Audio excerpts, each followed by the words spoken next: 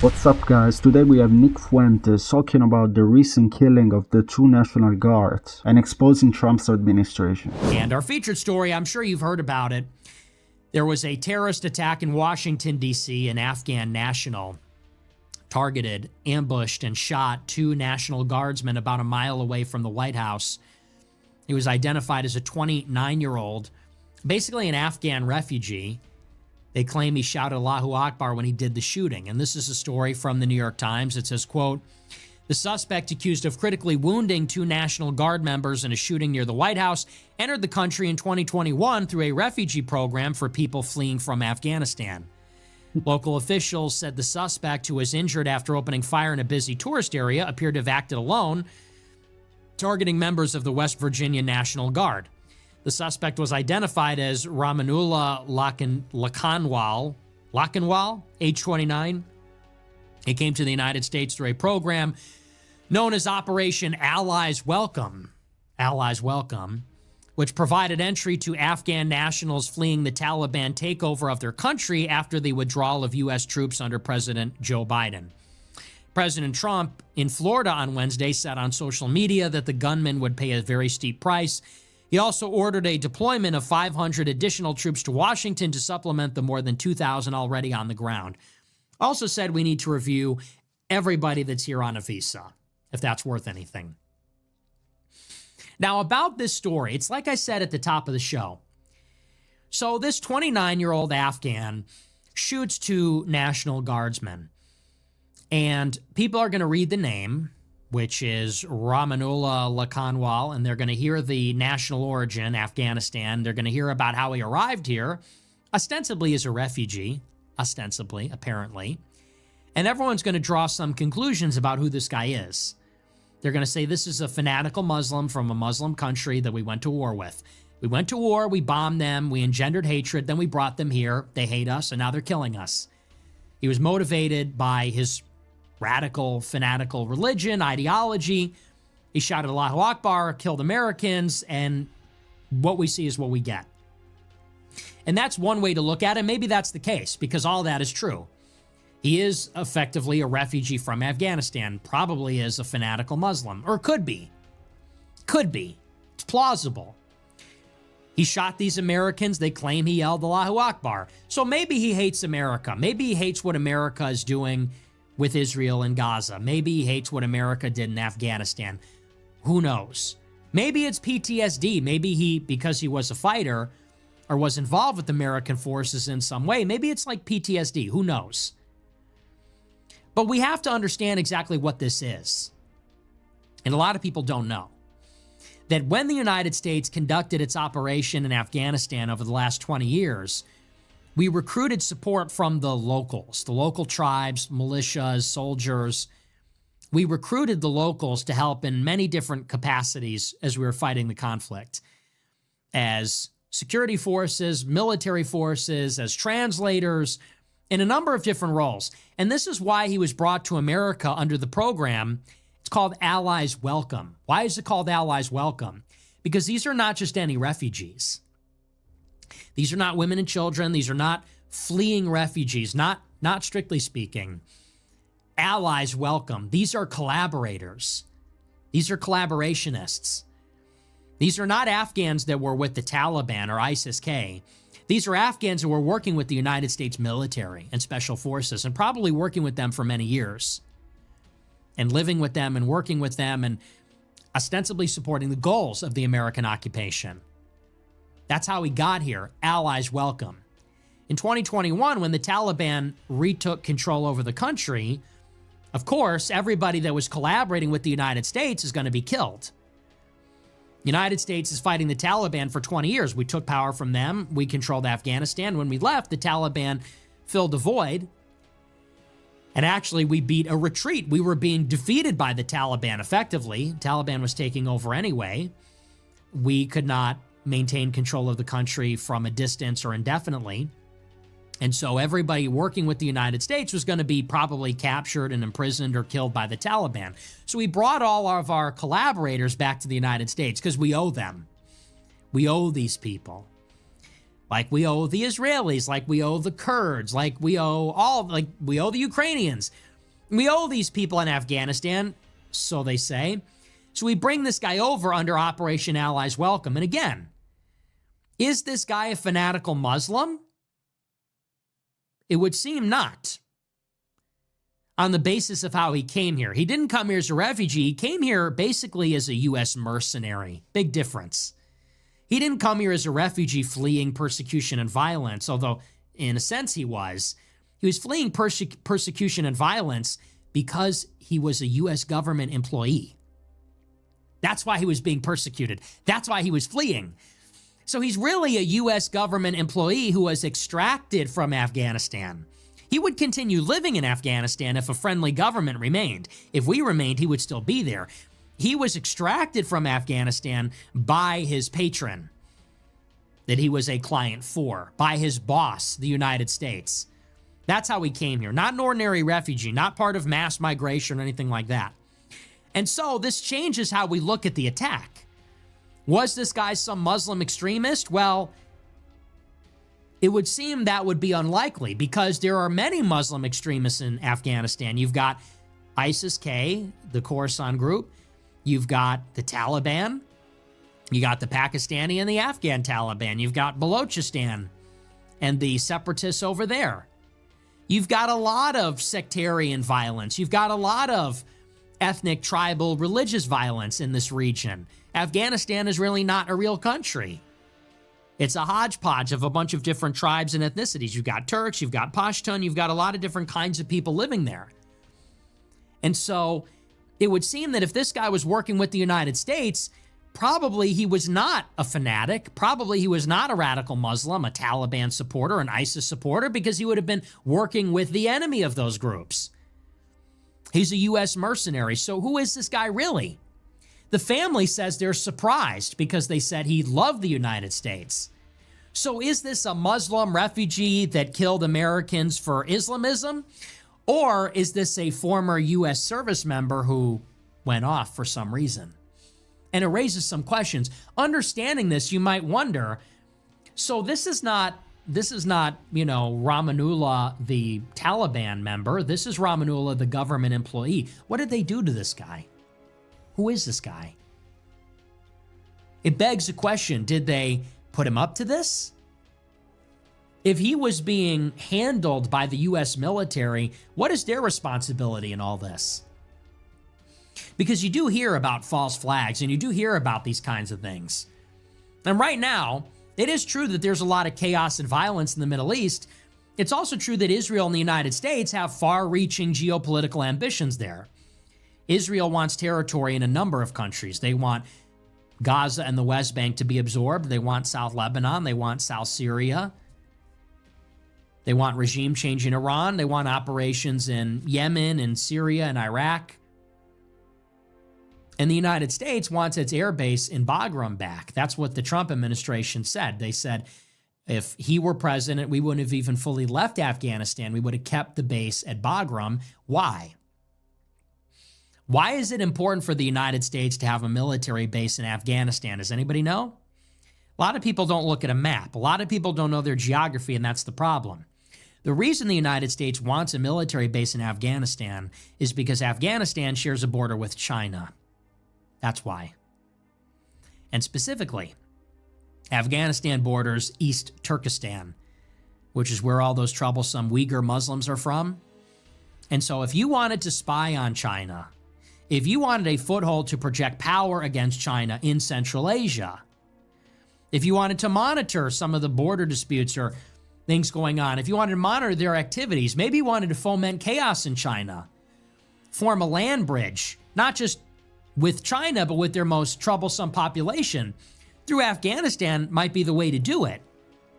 And of course, all the infrastructure of Bagram could just as easily be used against China as much as it is used against Pakistan or Iran or the Taliban or ISIS-K in the region. That's why they want the base back.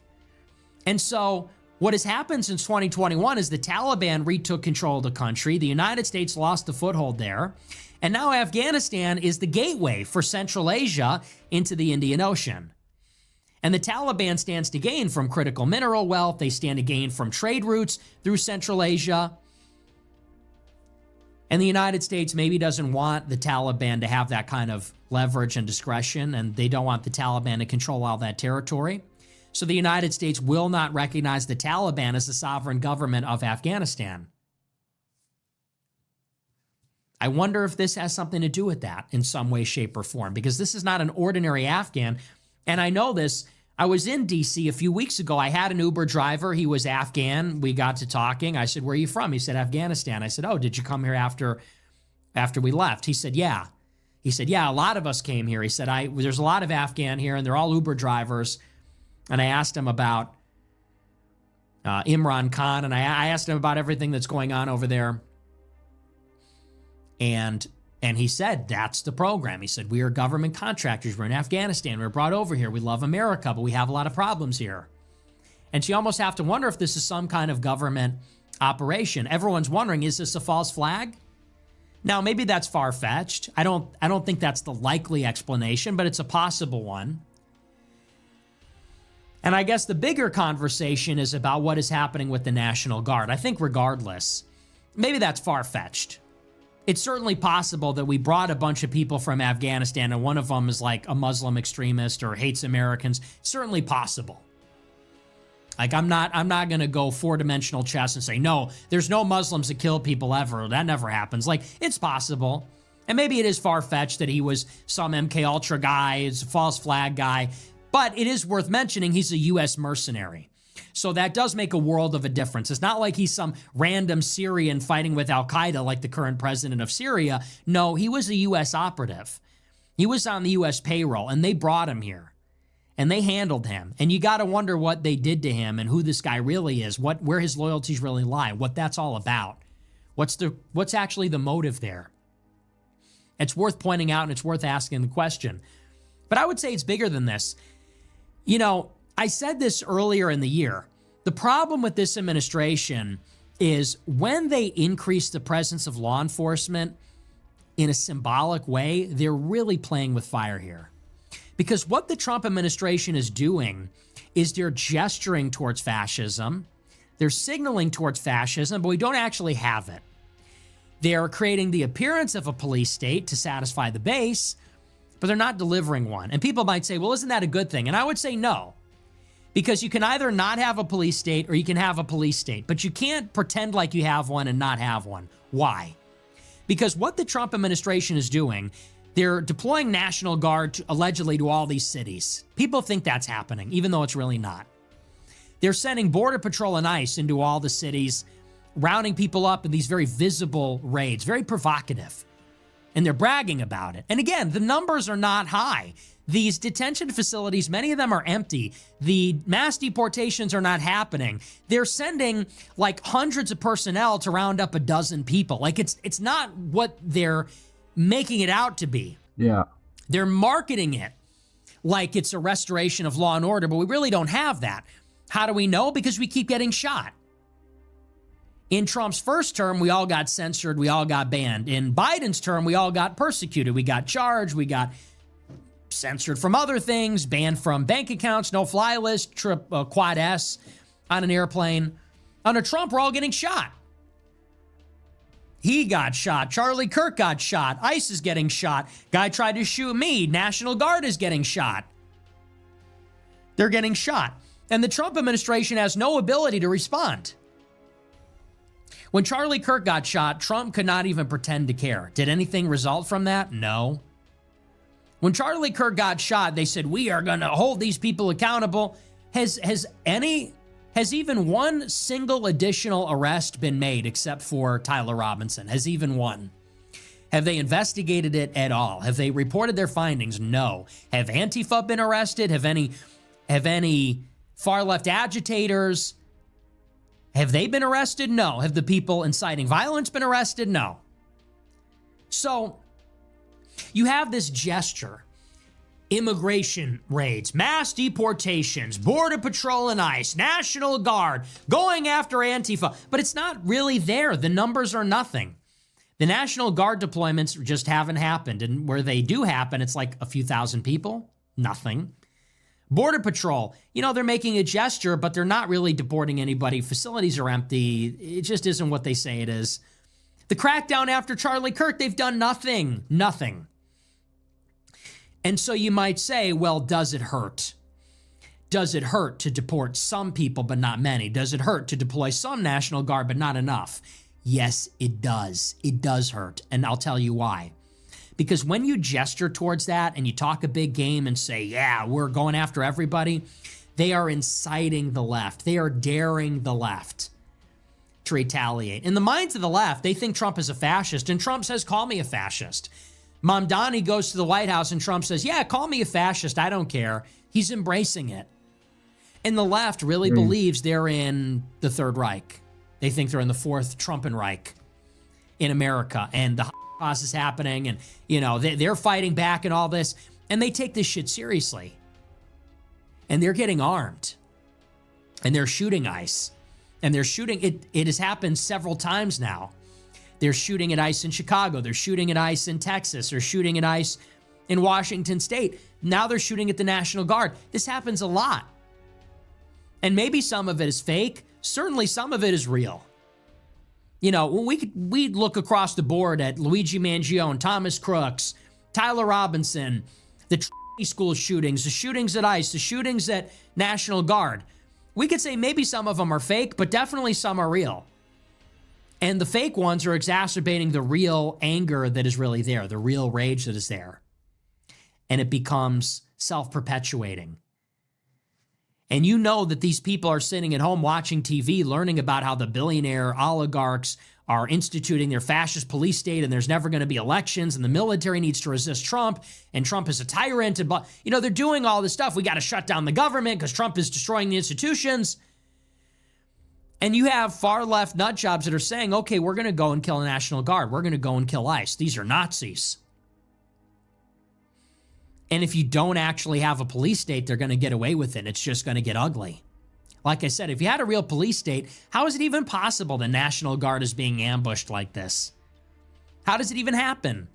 The problem is you don't have enough of them. You got 2,000 guys, and they're, it's lackadaisical. They're doing their patrols or walking around. It's totally unserious. And so somebody pulls up. These people are not afraid. They're not afraid. They're not afraid to go to jail. They're not afraid to die. Same thing happens with ICE. They're following ICE convoys in their cars, honking their horns, yelling, because they're not afraid.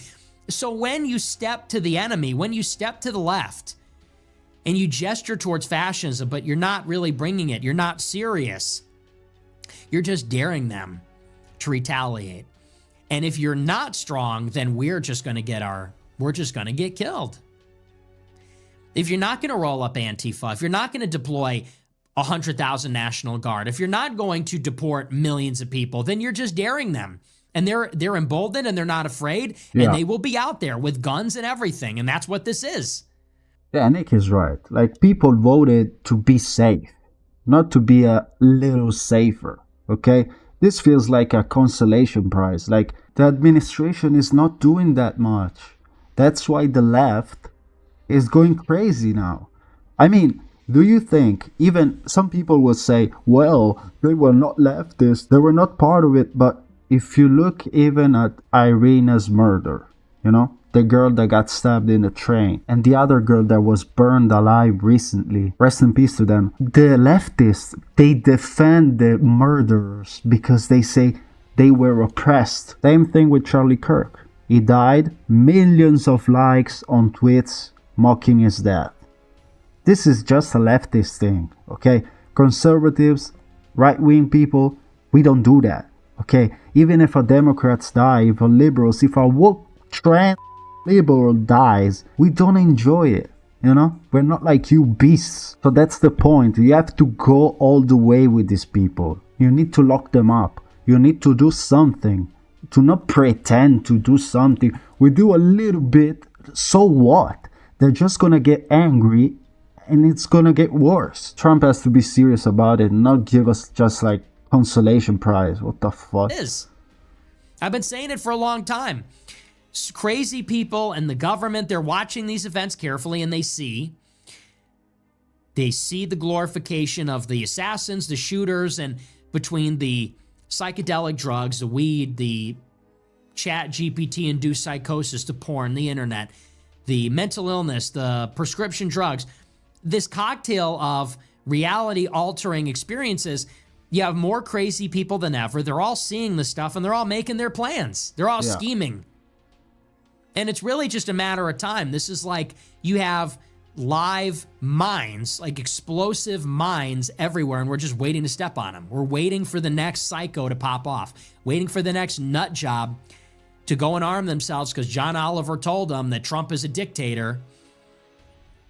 And we're going to get more of it until and unless the Trump government is going to take it seriously and crack down. Yeah. I'd support it at this point, but they're not going to do it. So they say they're going to deploy another 500. Okay, big whip. You know, this is the Capitol. This is your law enforcement are being shot next to the White House. And you increase the deployment by 20%, you need to increase it by 5,000%. Yes. Obviously. And people are watching. They see National Guard getting shot, and crazy people are saying, wow, that easy? And I'm not trying to give people ideas, but that's what people are thinking. And I said it during the ICE riots at the detention facility here. I said, watch, the next thing that's going to happen, some ICE guy is going to get killed. And then it's going to escalate to a whole different level. The only difference is now they shot 2 National Guard in D.C. Slightly different. But it's not cool. And it just goes to show. Sometimes it's better if your guy loses. It's better to not even bark up that tree. Because look at what Trump is bringing out in the left. We kicked out Biden, who was weak and senile, and the left was going down, and we brought in Trump.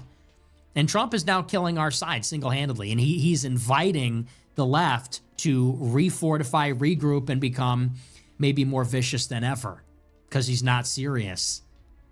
And that's the thing. I would love if he was. I don't like to sit here and hate on Trump all the time. But you know what? That's why people like him, and that's what people wanted, and I would like him if he delivered, but it isn't there, and that's putting all of us in jeopardy. People are looking at this and saying, wow, it's kind of stupid, isn't it? 2 National Guards just got caught with their pants around their ankles. They just got shot, and the guy got away. And they arrested him, obviously, but he was able to get it off. This is a very ominous and dark sign, and it's very worrisome, and I don't like where this is going, because this is now a part of a bigger pattern. Trump gets shot. Another guy shows up at Mar-a-Lago. Luigi Mangione kills the CEO. Then you get a couple of transgender mass shootings. We had that one in Minneapolis not too long ago. Then you get the Charlie Kirk shooting. You get the attacks on ICE, the attacks on National Guard. This is all part of the same story, by the way. And the government doesn't even seem to have a message on it, let alone a solution. There's no messaging from the White House. The policy sucks. There's no solution. So we're strapped in for 3 more years of this, and I don't like it. It's like, again, what is the Trump government really doing for you if now we're literally being shot by the left? Like, do you realize that Charlie Kirk being shot by whoever shot him, that was a failure of the Trump administration? At the minimum, you expect that when your government is in power, your people don't get shot in the fucking head. And if they do, you're going to burn the whole village down. You know, you're going to burn the whole forest down. You're going to destroy everybody that even thought about it. That should be the benefit of being in power. But Trump gets elected, we start getting shot. How is this good for us? His own loyalists are quitting because they don't want to get shot. Yeah, definitely Trump needs to act fast. The left is acting fast. I mean, almost every month, almost every week, there's a killing of innocent people. And if you think about it, the left is always involved. Because even if the killer is not a leftist, the left is always defending the killer. Somehow, the killer is always oppressed, mentally ill, but the dead victims, no, they don't care about that. I mean, where are the feminists defending Irina, defending Bethany? They got stabbed and burned alive. But just because the killers were black, they have to defend the killer. That's fucking pathetic. Rest in peace to them. Guys, let me know in the comments what you think, if you agree or disagree maybe. Leave a like if you want to. Christ is King, and God bless.